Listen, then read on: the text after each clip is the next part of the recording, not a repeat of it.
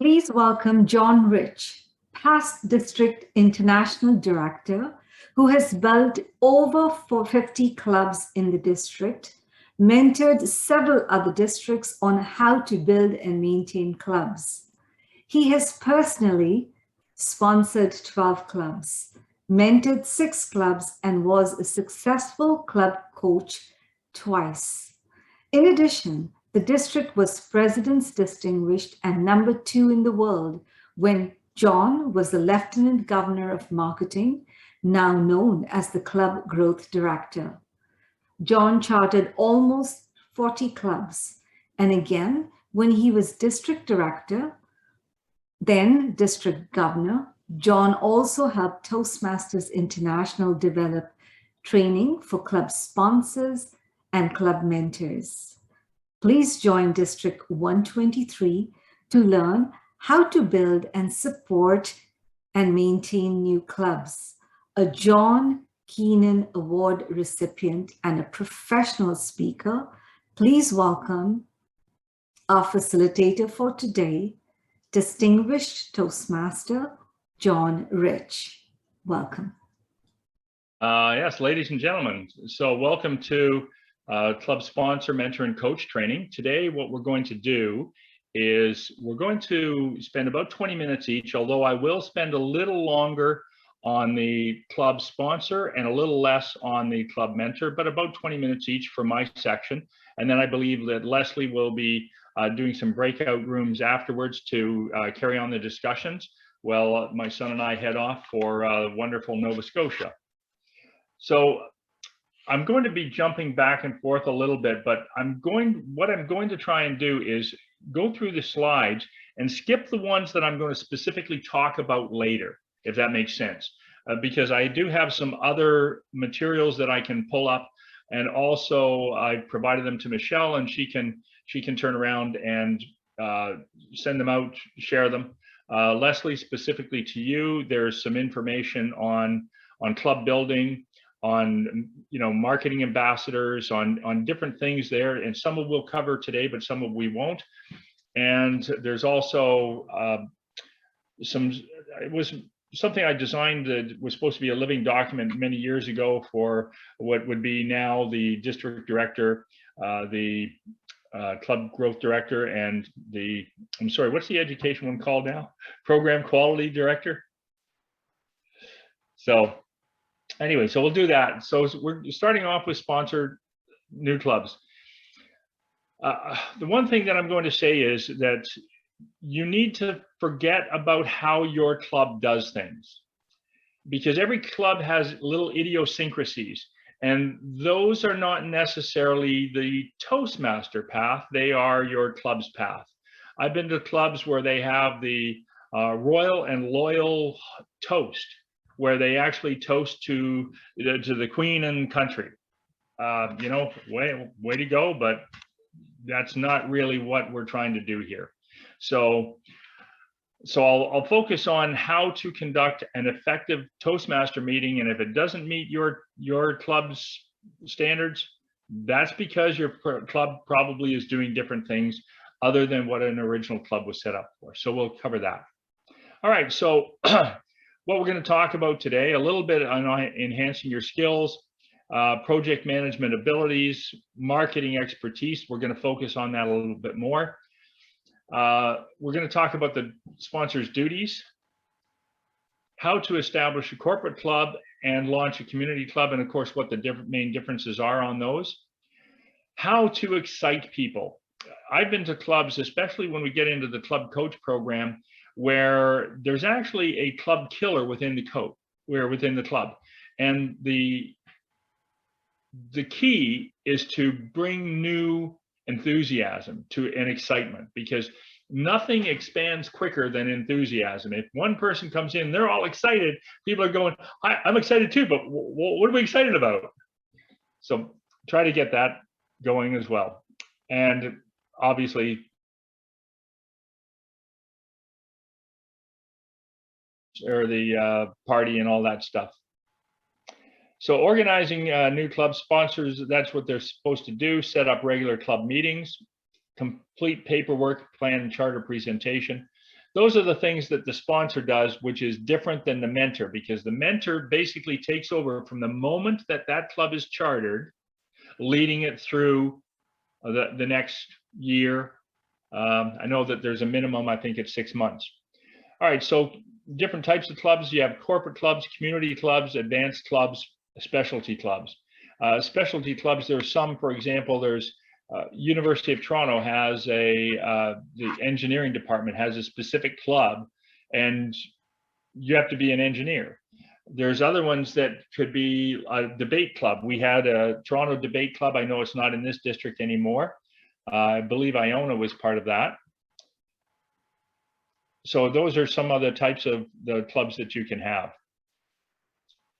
I'm not going to go into this. That's under resources on Toastmasters. You can get the No Club information kit and the book, How to Build a Toastmasters Club. The one thing I will say is this. The book, How to Build a Toastmasters Club, is designed to build a club over 8 meetings. I don't have, especially in corporate clubs, on a community club, yes, I would use that path, but on a corporate club, I really don't have time to spend 8 meetings to charter a club. I've got it down to a science where I charter a club in 3 meetings. I've done it in 2, but that's abnormal, because you have to have the people signed up, the club constitution and bylaws passed, the elections for the executive, and then submitting the paperwork. So that's pretty tough to do in 2 meetings, but you can do it in 3. And the focus number 1 is to get people signed up, obviously. All right, so corporate club. So you need 2 sponsors, and eventually you will need 2 mentors. The district director will have to be involved because they have to approve that the club is going to be there. Club growth director, obviously. And you'll involve other Toastmaster and district leaders.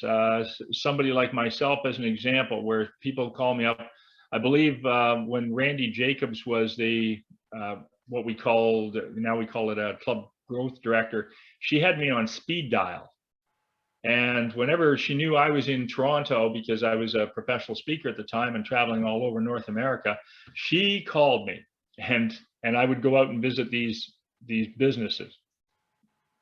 So identify your target. I'm going to come back to this one with some other information about how to do that and how to market Toastmasters. So hang on to that one. We're going to talk about those things when I get there. The key contacts and decision makers, we'll talk all about that with on a new slide. Okay, so we'll skip this slide. And we're going to get out of here for a second.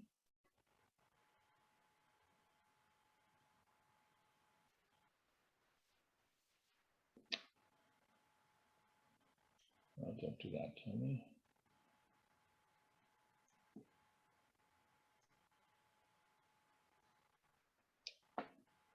And let's go back to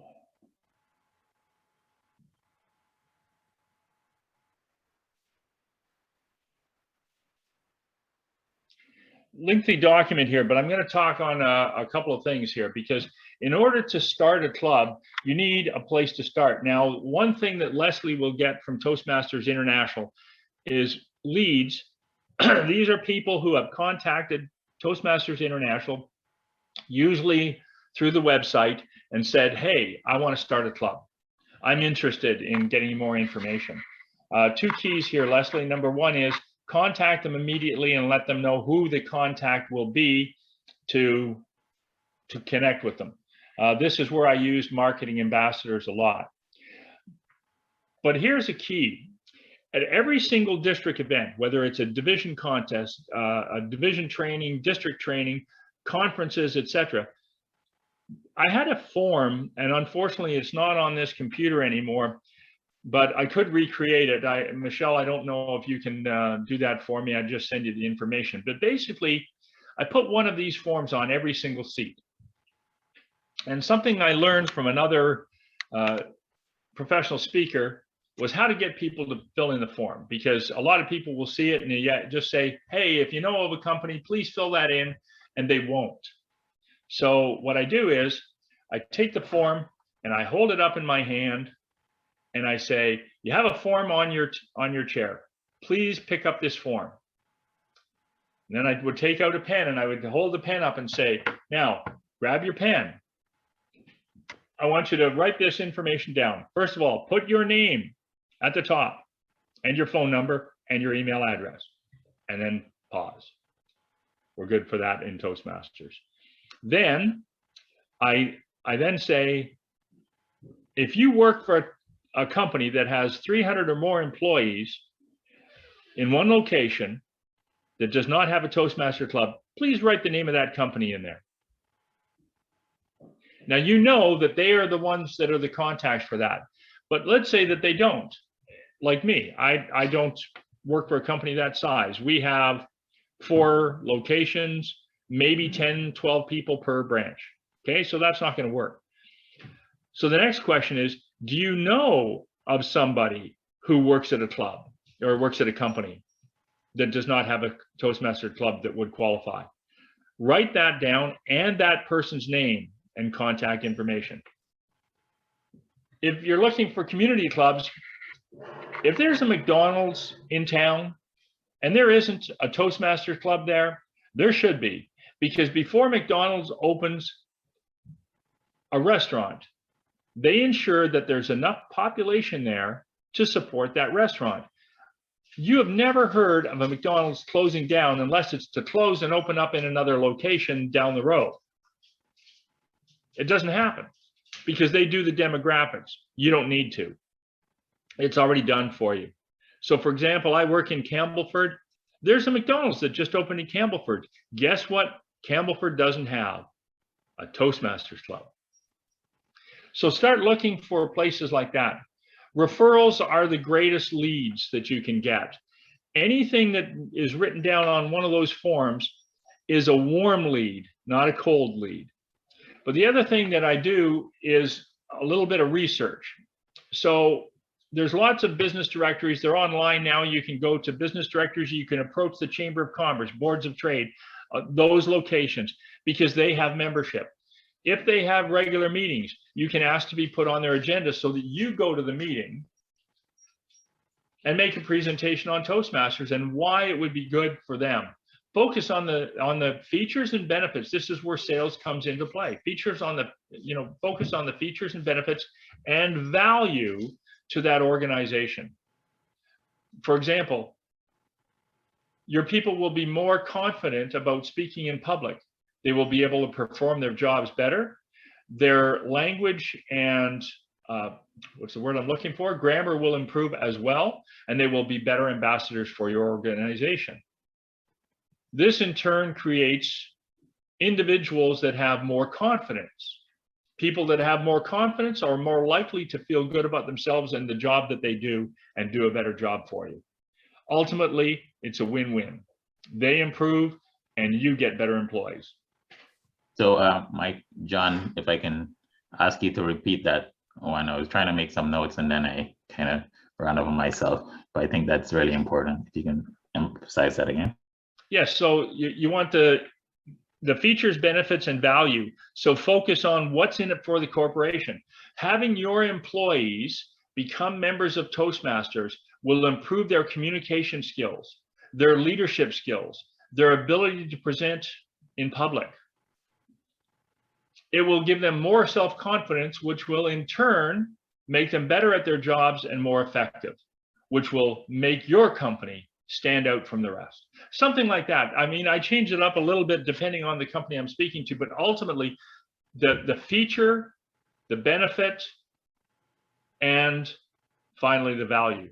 What's in it for the corporation? Why should they spend their money on this?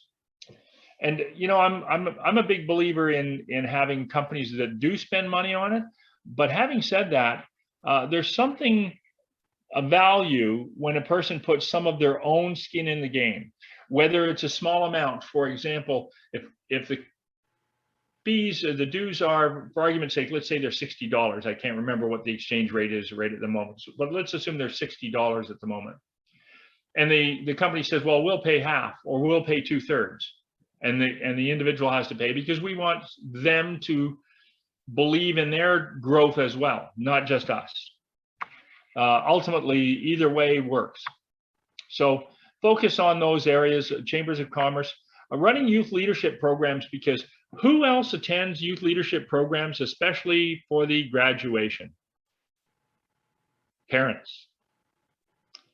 And when they see how much their children have grown, you have a captive audience that you can say, you know, Toastmasters is an organization that has helped, you know, over X million. You can get that off the website. I can't remember what it is. I used to have the jargon all down. You know, X million people improve their speaking and communication skills. Toastmasters is in over 100 and something countries in the world. You know, whatever that gets to the point for what's in it for them. Always think of that good old US radio station, WII-FM. What's in it for me?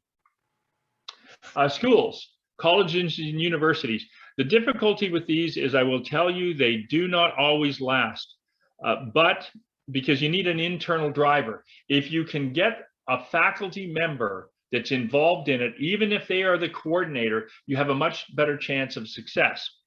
And let me tell you the one key about starting a college or university club: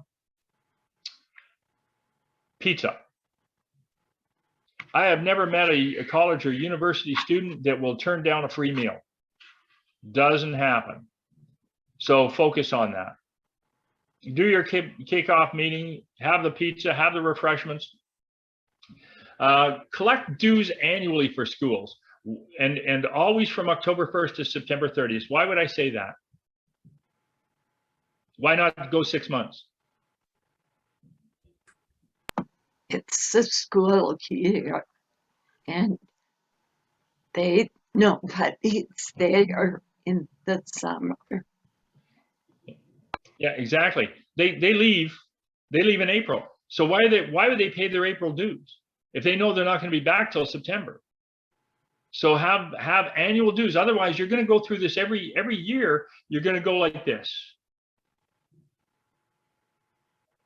And you know, this is a question for Leslie, and it's a rhetorical question, Leslie, but when does Toastmasters International judge your membership? Is it in September or is it in June? Government agencies, similar to corporate clubs, but there's a different process very often with dealing with government, because the money is public funds. So you're going to have a little bit different process here. What I would do is talk to some people that already have clubs open in the organizations. For example, there is the Ministry of Natural Resources in Peterborough. I helped charter that club years and years ago. So, you know, focus on those as well. Marketing programs. You can have something as simple as getting information from TI, like little brochures. We stuck, now this works better for membership than it does for building clubs. Get some of those, you know, all about Toastmasters, little trifold flyers. Put a card, staple a card on it, drop it off at, like, get permission, but doctors, dentist's office, places like that, because people will look there. You know, and don't overlook places that have, you know, there's a lot of talk about the mental health issues these days. In Peterborough, I had some success in putting some flyers in at what they call the Tri-County Resource Center. And we got several new members from there. Now, we haven't repeated that because I haven't been the VP of membership for several years. Everybody wants to reinvent the wheel. We already talked about Toastmasters International leads. Those will go to Leslie and copied to the district director. Drive the territory. Get your marketing ambassadors out there to drive the territory and look for businesses of a large size. You know, they can write them down. You know, one of the cool things is that when you call a company, and here's what I do. I call up and I ask the receptionist, assuming you don't get one of those auto attendants. I ask the receptionist, I say, I need a bit of information from your company. It may take a few minutes. So if you need to put me on hold to take other calls, I'm fine with that. You know, exactly what does your company do? What do they produce, or, you know, whatever, so that you have knowledge about their company. Now you can Google that first just to see what comes up. But anyway, I asked that question, and I asked who the president is if I don't already have that information from one of the directories that I've checked out. And then I would ask if that person has an assistant. You know, if there's the person who is the CEO of a corporation probably has an assistant. And what is the assistant's name? So then when I call back, I can call and ask for the assistant. And then I talk to the assistant as if I'm talking to the CEO, because believe me, that individual has the CEO's ear. So focus on how to connect to those companies. Setting up your teams. Some companies would have one salesperson, but the reality is that nobody's like that. When I became the Lieutenant Governor of Marketing, or the Club Growth Director as it's called now, as soon as I was elected, before I even took over the role, I contacted Toastmasters International, and I found out who the top 3 districts were the previous year. And then I phoned them and I said, what did you do? Well, District 51 at the time, they had been #1 in the world for 3 years in a row. In fact, we didn't kick them out. They came in 3rd to us by the time I was DG, or District Director. But the year that I was Lieutenant Governor of Marketing, we ended up coming in 2nd. They beat us by 3 points. So ultimately, I took their process and I followed it, because there isn't a company, a major corporation in the world, that would only have one salesperson. So this is where I got the idea for marketing ambassadors. You need people out there. You cannot possibly call on all the companies and follow up on all the leads. Get people to do that, especially if they have, you know, they're retired or are in sales and have some extra time, you know, have a little bit of flexibility. People that work for companies that are large corporations. And then finally, and this is you know, specifically for you, Leslie, but also for your team, track the contacts. Don't discard them at the end of the year, because a couple of the old leads from the previous year, and I followed up on, and I sat down with the previous Lieutenant Governor of Marketing and got the leads, and I carried them over, and I chartered 3 clubs from those leads that she thought were dead. So don't give up. Sometimes it's just that connection there. Okay, so we're going to get out of this one. Close.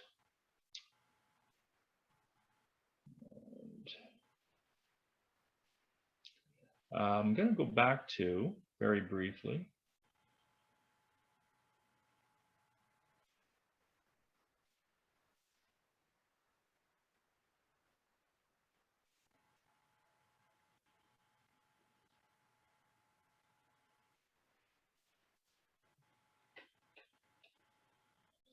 I'm just going to spend a couple of minutes because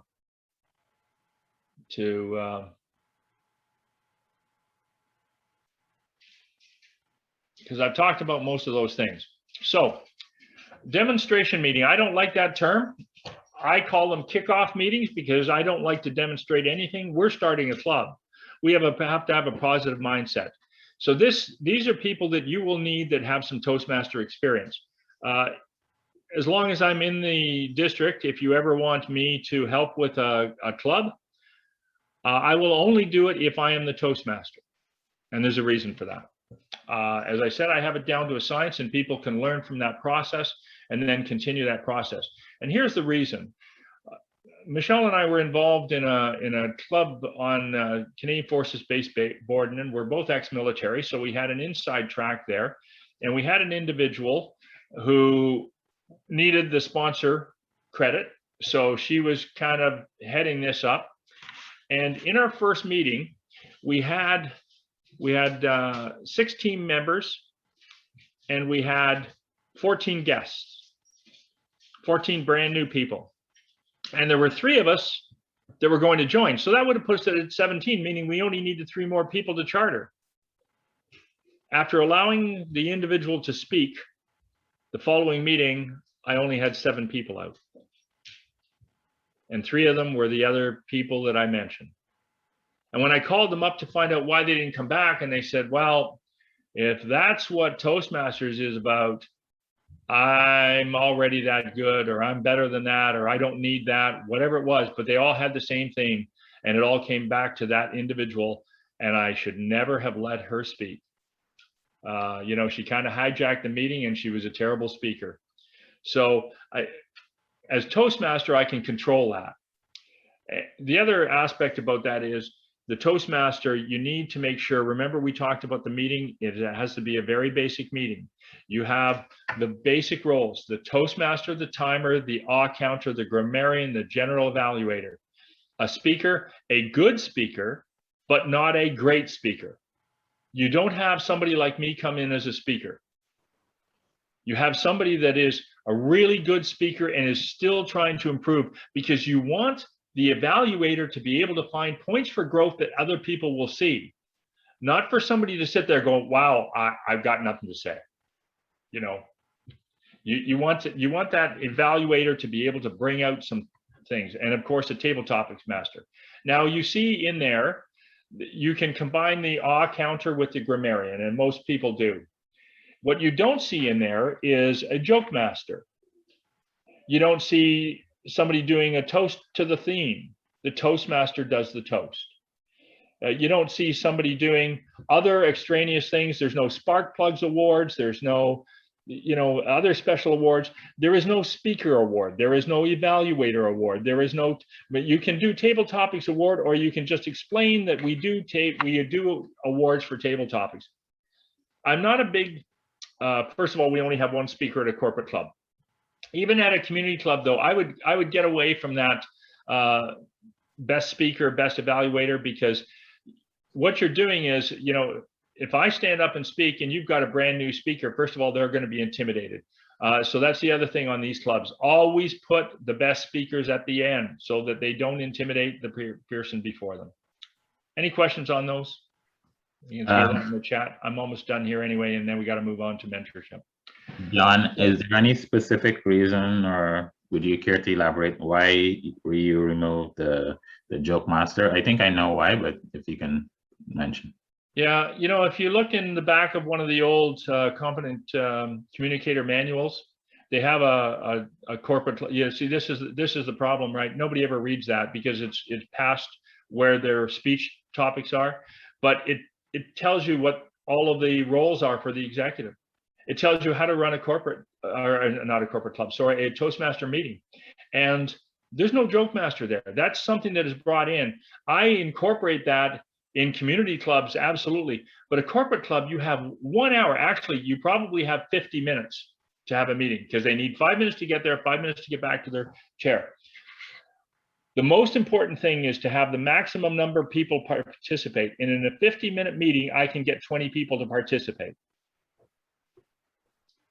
2 speakers, 2 evaluators, the roles that we already mentioned, and the people that participate in table topics. And by the way, if you are in a community club, very often they do table topics first, which is fine. In a corporate club, never do table topics first. Always do it after the speeches, because if a speaker goes too long, you can cut the number of table topics people down. If you do it in reverse, what are you going to do? Tell a speaker they can't speak because somebody went overtime or took too long?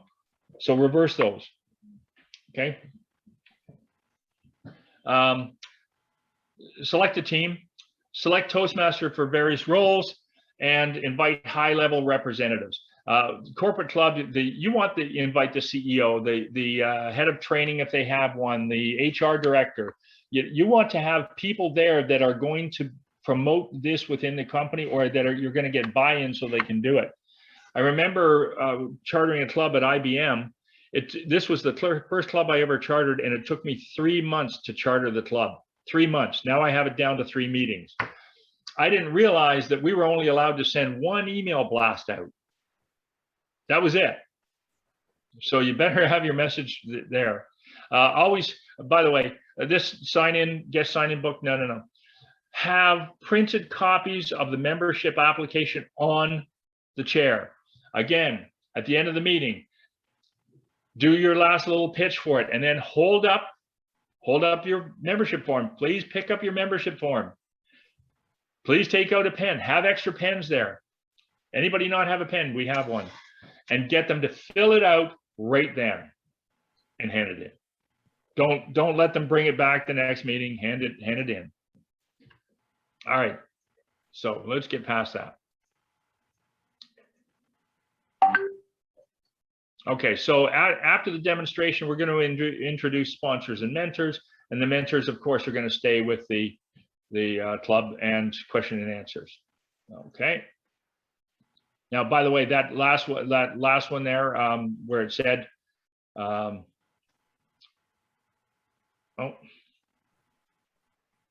okay, what it said was success stories. Yes, you want to have success stories from it. Now, I'm not going to spend any time on the community club. I will say that they are harder. The reason they are harder is because you're relying on people getting people, not an email blast going out from a corporation. Two things that I think are really important, and I'll add one bonus tip in there. Number one is have a location that is not very costly. See if an organization, whether you've got a YMCA or something like that, retirement homes very often will let you have rooms for free, especially if you make it open to their residents, which is kind of cool too. We do it, at the Advanced Club in Oshawa, the Spotlight Speakers. We do it at a retirement home there, not during COVID, obviously, but it's free.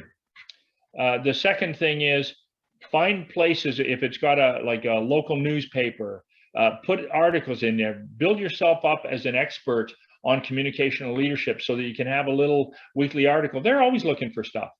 You may have to pay for the first ad, but usually they will let it because it's a community service. Okay, these are available on the thing. This is going to say 2 sponsors, 2 mentors. So I'm going to get out of this one and show the bonus tip is, if you can, go out and approach local businesses, chambers of commerce, back to the marketing there. Because once you get a few corporations, a few companies, even if they're small companies on board, you have a guaranteed draw from a place. And never forget to call on the local government. We actually had a club charter in Durham for exactly that reason there. I'll pause now. Any questions on sponsoring?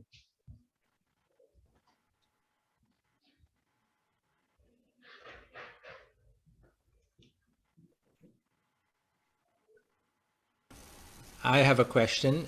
You mentioned having the application form ready to be filled out, but in a virtual environment, we can't do that. No. So what would you suggest then? Email it to them. Okay.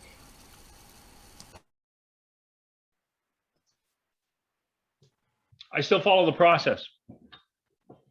Email them the form. Say, I've emailed you the form. Please take a few minutes as soon as this meeting is over to fill out that form and email it back. Any other questions? All right, we're moving on to mentors.